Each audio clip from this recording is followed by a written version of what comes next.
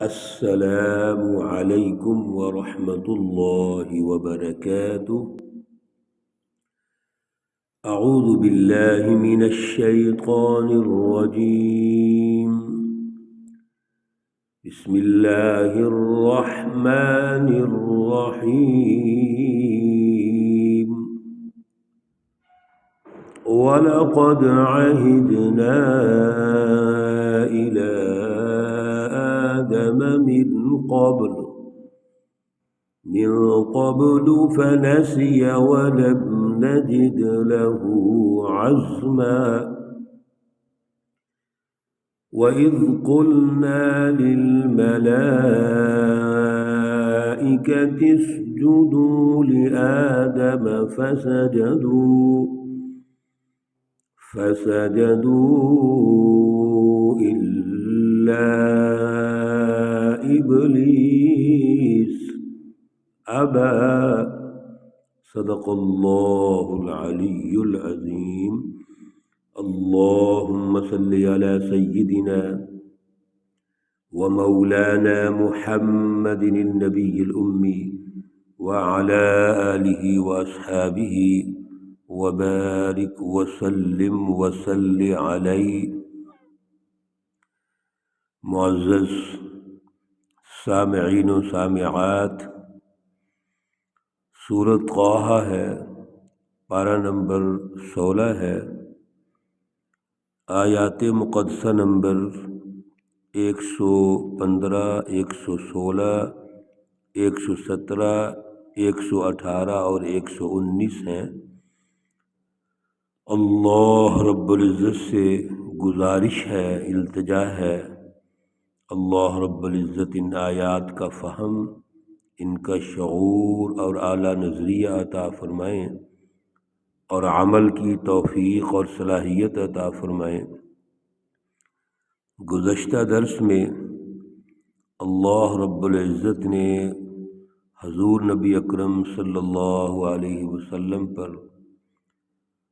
کلام مقدس قرآن مجید نازل فرمایا اور اس کی اہمیت، اس کا ہر دور میں کس طرح غلبہ ہوگا، کیا اس کے دائرے ہوں گے، نزول قرآن کا جو اصل مقصد ہے اس کی رٹ قائم کرنا، سوسائٹی میں، سماج میں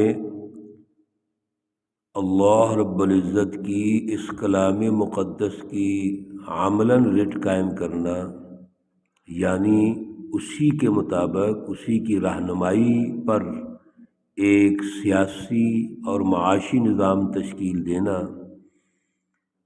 اور پھر حضور نبی اکرم صلی اللہ علیہ وسلم پر نزول قرآن کی جو ترتیب ہے، یہ چیزیں ہم نے سنی تھیں. اللہ رب العزت نے رہنمائی ارشاد فرمائی تھی. اور پھر سب سے بڑی بات کہ قرآن پاک کے علم کے حصول کے لیے ہمیشہ اللہ سے دعا بھی کرنی ہے، کوشش بھی کرنی ہے، جستجو بھی کرنی ہے، اور اس پر ہمیشہ ہم نے آگے بڑھنا ہے. وَقُلْ رَبِّ زِدْنِي عِلْمًا، ہمیشہ یہ دعا کرتے رہنی ہے اللہ رب العزت سے، کیونکہ اس سے سچا علم، اس سے حقیقی علم، اس سے بہترین معاشروں کی تشکیل کا علم اور کوئی نہیں ہے. یہ ایک سچا علم ہے، سچی تعلیم ہے، اور پھر ایسی سچی تعلیم اللہ رب العزت نے جو انسانی ڈھانچوں کے مطابق تشکیل دی ہے، انسانی فطرت، انسانی مزاج، اس کے ماحول کے مطابق رہنمائی فرمائی ہے، اس سے سچی تعلیم کوئی نہیں ہے. اللہ رب العزت نے اس تذکرے کے بعد حضرت آدم علیہ السلام جو ابو البشر ہیں، تمام انسانیت کے باپ ہیں، ان کے حوالے سے کچھ اہم باتیں ارشاد فرمائی ہیں. ان کا جو آغاز ہوا اور پھر آغاز میں ہی اللہ رب العزت نے ایک طرف آدم علیہ السلام کے عنوان سے حزب اللہ، اللہ کی جو سچی جماعت ہے، اس کو سمجھا دیا، اور دوسری طرف شیطان کے عنوان سے شیطانی جماعتوں کا تعارف کروا دیا ہے۔ اس لیے حضرت آدم علیہ السلام کے اس آغاز سے ہی، آپ کی ولادت اور پیدائش سے ہی ہمیں اس بات کو سمجھ لینا چاہیے کہ اللہ رب العزت نے جس فرد کو دشمن قرار دیا ہے وہ شیطان ہے، کہ شیطان آپ کا دشمن ہے، ہر جگہ پر یہ دشمنی کرے گا، اور پھر اللہ رب العزت نے اس کی دشمنی کی بنیاد بھی بتا دی۔ چنانچہ اللہ رب العزت ارشاد فرماتے ہیں وَلَقَدْ عَهِدْنَا إِلَىٰ آدَمَ مِن قَبْلُ، اور البتہ تحقیق ہم نے معاہدہ کیا آدم علیہ السلام سے اس سے پہلے۔ عہدنا کا معنی حضرت شیخ مولانا محمود حسن صاحب جو ترجمہ کرتے ہیں، اور ہم نے تاکید کر دی تھی آدم علیہ السلام کو اس سے پہلے۔ گویا یہ ایک معاہدہ ہے، اور معاہدے میں ظاہر تاکید ہوتی ہے حضرت آدم علیہ السلام کے ساتھ۔ فنسیہ، چنانچہ وہ بھول گئے، ولم نجد لہ عزما، اور نہ پائی ہم نے اس کے لیے عزم یعنی ہمت، پختگی، اس میں پختگی نہیں پائی۔ یہاں پر تین چیزیں ہم نے سمجھنی ہیں۔ پہلی بات تو یہ ہے کہ انسانی سوسائٹیوں کی جو بنیاد ہے، آپس میں جو مربوط نظام ہے، اس کے پیچھے معاہدے ہوتے ہیں، کمٹمنٹس ہوتی ہیں۔ چنانچہ آدم علیہ السلام پہلے اللہ کے وہ انسان ہیں، بندے ہیں جن کو اللہ نے پیدا فرمایا، تو ہمیں یہاں سے یہ سمجھا دیا کہ ہمیشہ دو افراد کے درمیان کچھ معاہدے ہوتے ہیں، پھر وہ نظام مربوط ہوتا ہے۔ اگر معاہدہ نہیں ہوگا، آپس میں کوئی کمٹمنٹس نہیں ہیں، تو پھر نظام مربوط نہیں ہو سکتا، بہتر نہیں ہو سکتا، اس میں خامیاں اور کمزوریاں ہوتی ہیں۔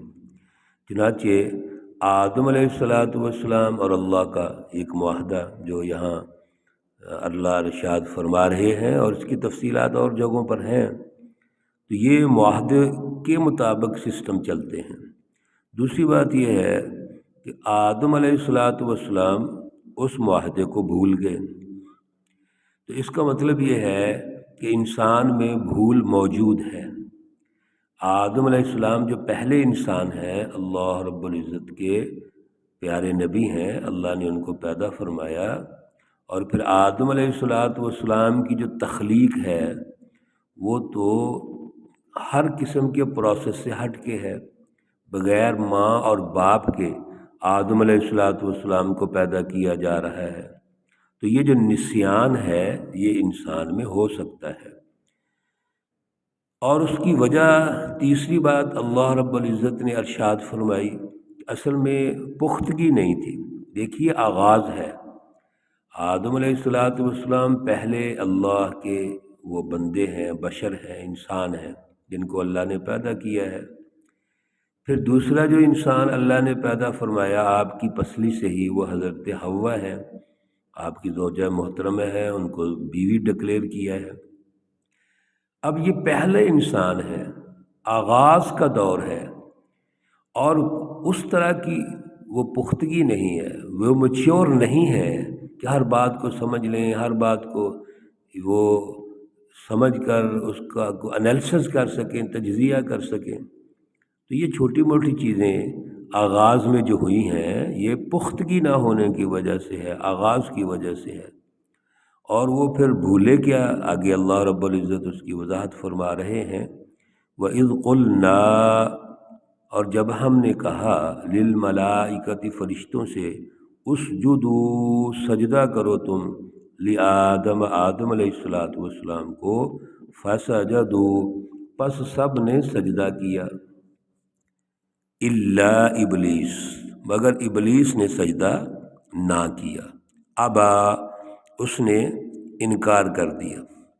اب اس کی جتنی بھی تفصیلات ہیں وہ سورۃ البقرہ میں بھی گزر گئی ہیں، اس کے علاوہ سورۃ الاعراف میں بھی گزری ہیں۔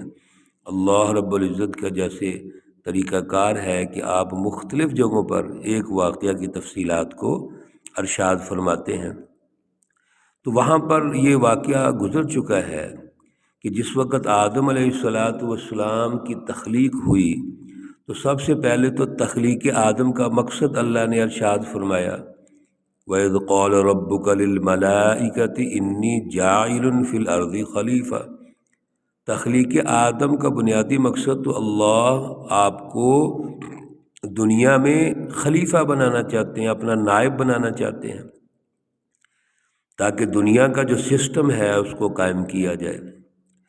اب آدم علیہ السلام کی تخلیق کے وقت فرشتے موجود ہیں، جنات بھی ہیں، اور جنات کا جو اس وقت سینئر ہے، بلکہ جنت میں سب سے سینئر تھا، وہ شیطان تھا، ابلیس۔ یہ سارا واقعہ وہاں موجود ہے۔ نتیجہ یہ نکلا کہ اللہ نے آدم علیہ السلام کو پیدا کیا، اور پیدا کرنے کے بعد آپ نے ایک لیکچر دیا، کچھ رہنمائی ارشاد فرمائی، وہ سب نے سنی۔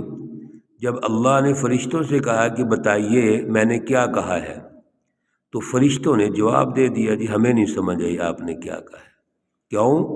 وہ فرشتوں کی ضرورت ہی نہیں ہے، وہ تو عرضی چیزیں ہیں، عرضی تمام ضروریات، لوازمات اور اس کے جتنے تقاضے ہیں وہ ساری چیزیں ہیں، وہ تو ان کی ضرورت ہی نہیں ہے۔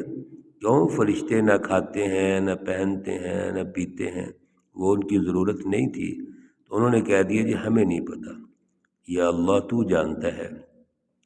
اللہ رب العزت نے آدم علیہ السلام سے جب کہا کہ آپ جو میں نے لیکچر دیا ہے وہ ارشاد فرمائیں، اس کو سنائیں، آپ ان فرشتوں کے سامنے اس کو بیان کریں۔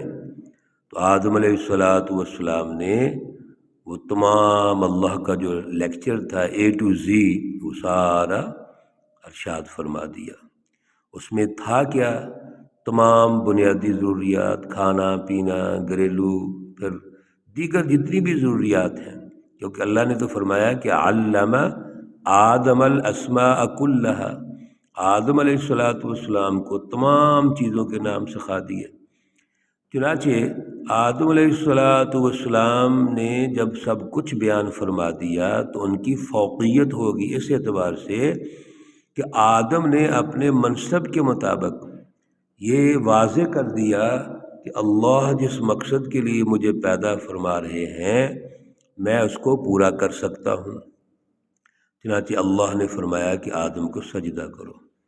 تمام فرشتوں نے، جنات نے، جو بھی مخلوقات موجود تھی، سب اللہ تعالیٰ کے حکم کے مطابق آدم علیہ السلام کے سامنے سجدہ ریز ہو گئے۔ لیکن شیطان، ابلیس، جس کو اللہ تعالیٰ فرما رہے ہیں فسجدوا الا ابلیس، اس نے سجدہ نہیں کیا، ابا، اس نے انکار کر دیا۔ اور انکار کی وجہ جو ہے وہ قرآن پاک میں اور جگہوں پر اللہ نے ارشاد فرمائی ہے کہ اس نے کہا کہ انا خیر منہ، میں اس سے بہتر ہوں، خلقتنی من نار وخلقتہ من طین، اس کو مٹی سے پیدا کیا ہے، میں آگ سے پیدا کیا گیا ہوں، اور آگ مٹی سے بہتر ہے۔ اس طرح اس نے انکار کیا، تکبر کیا۔ انشاءاللہ العزیز یہ گفتگو جاری ہے، وقت چونکہ مکمل ہو چکا ہے۔ اللہ رب العزت سے درخواست ہے اللہ رب العزت ان واقعات کو ہمیں سمجھنے کی اور ان پر عمل کرنے کی توفیق عطا فرمائے۔ اللہ رب العزت تمام مرحومین و مرحومات کو جنت الفردوس میں اعلیٰ مقام عطا فرمائے۔ اللہ رب العزت تمام بیماروں کو شفائے کاملہ عاجلہ مستمرہ عطا فرمائے۔ ربنا تقبل منا انك انت السميع العليم وتب علينا إنك أنت التواب الرحيم. وصلى الله تعالى على النبي الأمي محمد وعلى آله وأصحابه أجمعين برحمتك يا أرحم الراحمين. السلام عليكم ورحمة الله وبركاته.